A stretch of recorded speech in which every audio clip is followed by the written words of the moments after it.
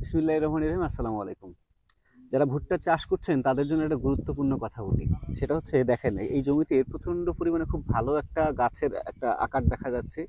কিন্তু মানুষের জমিতে আগাছা দমন করা কেন জরুরি সেটা আমি আপনাদেরকে একটু বলি। এই যে আমাদের হাতের আশেপাশে দেখেন, এগুলো কিন্তু সব হচ্ছে ঘাস, আগাছা।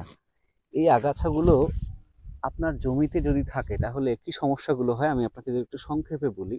এই যে এত পরিমাণ এখানে আগাছা দেখা যাচ্ছে, এই আগাছাগুলো যদি আপনি আপনার জমিতে দমন না করেন, আপনি যে পরিমাণ ভিটামিন দেন অথবা পিজিআর দেন, সার দেন, অথবা হচ্ছে রাসায়নিক সার, কীটনাশক বা ফোর সিপিএ বা যা কিছুই দেন না কেন, ফলনবর্ধক সহ যা কিছুই দেন, তার বেশিরভাগ কিন্তুই মোটামুটি খাবারটাকে ভাগ করে নেয়। গাছ যদি আপনি যদি 10 কেজি ভিটামিন দেন, ধরে নিলাম আপনি ইউরিয়া 5 কেজি বা টিএসপি 5 কেজি, অন্যান্য সার সব মিলিয়ে 50 কেজি দিলেন।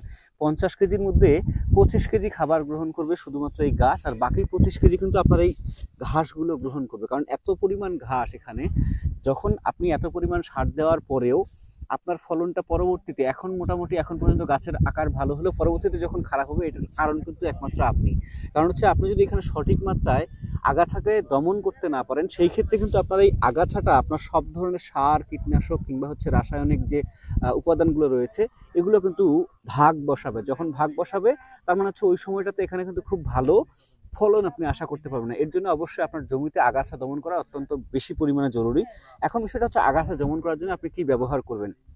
আমাদের এসিআই ক্রপ কেয়ারে রয়েছে আগাছানাশক হিসেবে, আমাদের আছে হচ্ছে অ্যাট্রাজিন এবং মেসোট্রিয়ন গ্রুপের, আমাদের আছে প্রিজম। আপনার বিঘা প্রতি প্রয়োজন হবে 400 মিলি। এক কথা হচ্ছে প্রতি লিটার পানির জন্য প্রয়োজন হবে 6.6 মিলি। আপনার 1 বিঘা জমিতে পানির ব্যবহার করতে হবে অন্তত 4 ড্রাম। 4 ড্রামে 4 ষোলো 64 লিটার। 64 লিটারে আপনি যদি 6 মিলি বা 6.5 মিলি করে দেন, তাহলে কিন্তু আপনার 400 মিলি হচ্ছে। যদি আপনি এইভাবে আপনার জমিতে পুরোপুরি ভিজিয়ে যদি আপনার জমিতে দিতে পারেন, তাহলে কিন্তু আপনার জমিতে আগাছাগুলো থাকবে না। পরবর্তীতে গাছগুলো সতেজ হবে এবং অন্যান্য যে আপনি খাবারগুলো গাছের জন্য দিবেন, সেগুলো কিন্তু সঠিক পরিমাণে তারা গ্রহণ করতে পারে। তবে অবশ্যই ঘাস এত বড় হওয়ার পরে না।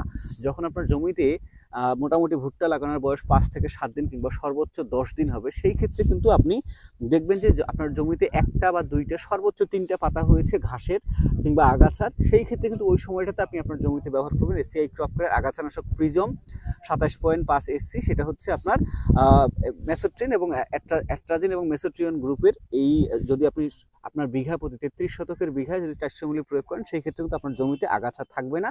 পাশাপাশি আপনি একটা সুন্দর সতেজ একটা গাছ পাবেন। এবং আপনি যতগুলো খাবার পরবর্তীতে দিবেন, রাসায়নিক সার কিংবা হচ্ছে আপনার ভিটামিন বা অন্যান্য যে ওষুধগুলো আপনি দেন, সেগুলো আপনার সঠিকভাবে কাজ করবে এবং সঠিক নিয়মে কাজ করবে বলে আমি বিশ্বাস করি, এবং আপনি ফলন পাবেন আপনার জমিতে অনেক পরিমাণ।